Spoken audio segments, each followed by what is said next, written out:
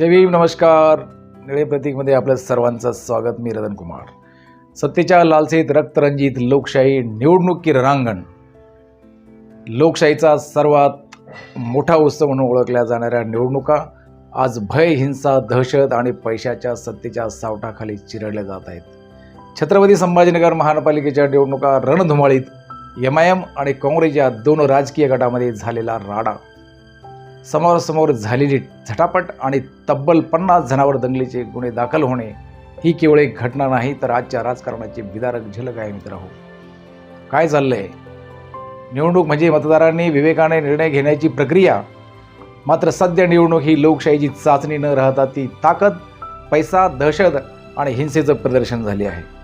हाणामाऱ्या झाल्याशिवाय निवडणूक होत नाही, अशी जणू अलिखित परंपराच तयार झाली आहे. हे वास्तव अत्यंत चिंताजनक आणि लाजिरवाणे आहे.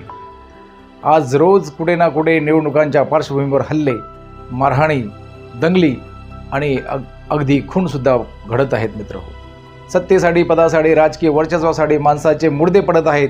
हा प्रश्न केवळ कायदा सुव्यवस्थेचा नाही, हा प्रश्न समाजाच्या मानसिकतेचा, राजकीय संस्कृतीच्या ऱ्हासाचा आणि लोकशाहीचा अधपतनाचा आहे.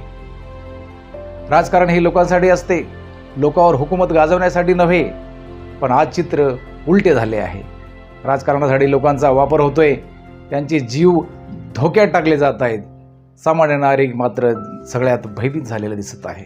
घराबाहेर पडताना भीती, रात्री झोपताना चिंता आणि उद्या काय होईल याची धाकधूक, हीच आज सामान्य माणसाची अवस्था झालेली आहे. मित्रहो, निवडणूक काळात पैशाचा प्रचंड पाऊस पडत आहे. हॉटेल्स पूर्णपणे बुक आहेत. दारू, मटण, कोंबड्यांच्या पार्ट्या सर्रास सुरू आहेत. प्रचार सभांना वेग आला आहे. पण त्या सभांमध्ये विचार नाहीत, कार्यक्रम नाहीत, धोरणे नाहीत. आहेत ते फक्त आरोप, धमक्या आणि दहशत. मत विकत घेण्याचे खुले बाजार मांडले गेले आहेत. लोकशाहीची बोली लावली जात आहे.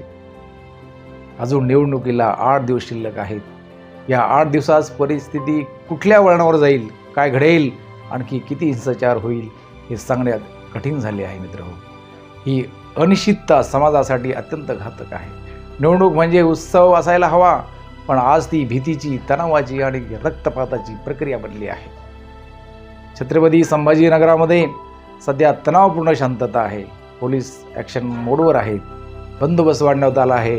पण प्रश्न असा आहे की केवळ पोलीस बंदोबस्ताने लोकशाही वाचवणार आहे का? हिंसा घडल्यावर कारवाई करणे सोपे आहे, पण हिंसा घडूच नये अशी राजकीय इच्छाशक्ती कुठे आहे? राजकीय पक्षाने आत्मपरीक्षण करण्याची वेळ आली आहे. कार्यकर्त्यांना चिथावणे, जमाव गोळा करणे आणि विरोधकावर हल्ले करणे ही निवडणूक रणनीती असू शकत नाही. सत्तेची लालसा इतकी आंधळी झाली आहे की लोकशाहीचे मूल्य, मानवी जीवन आणि सामाजिक शांतता यांची किंमतच उरलेली नाही. सामान्य नागरिकांनीही विचार करण्याची गरज आहे. दारू, मटण, पैसे यासाठी मत विकणे म्हणजे स्वतःच्या भविष्यासोबत सौदा करणे आहे. आज थोड्या लाभासाठी घेतलेला निर्णय उद्या शहराला, समाजाला आणि पुढच्या पिढीला महागात पडू शकतो. मित्र, निवडणुका या शांततेतच पार पडल्या पाहिजेत. हा केवळ आदर्श नाही, तर लोकशाहीचा आत्मा आहे.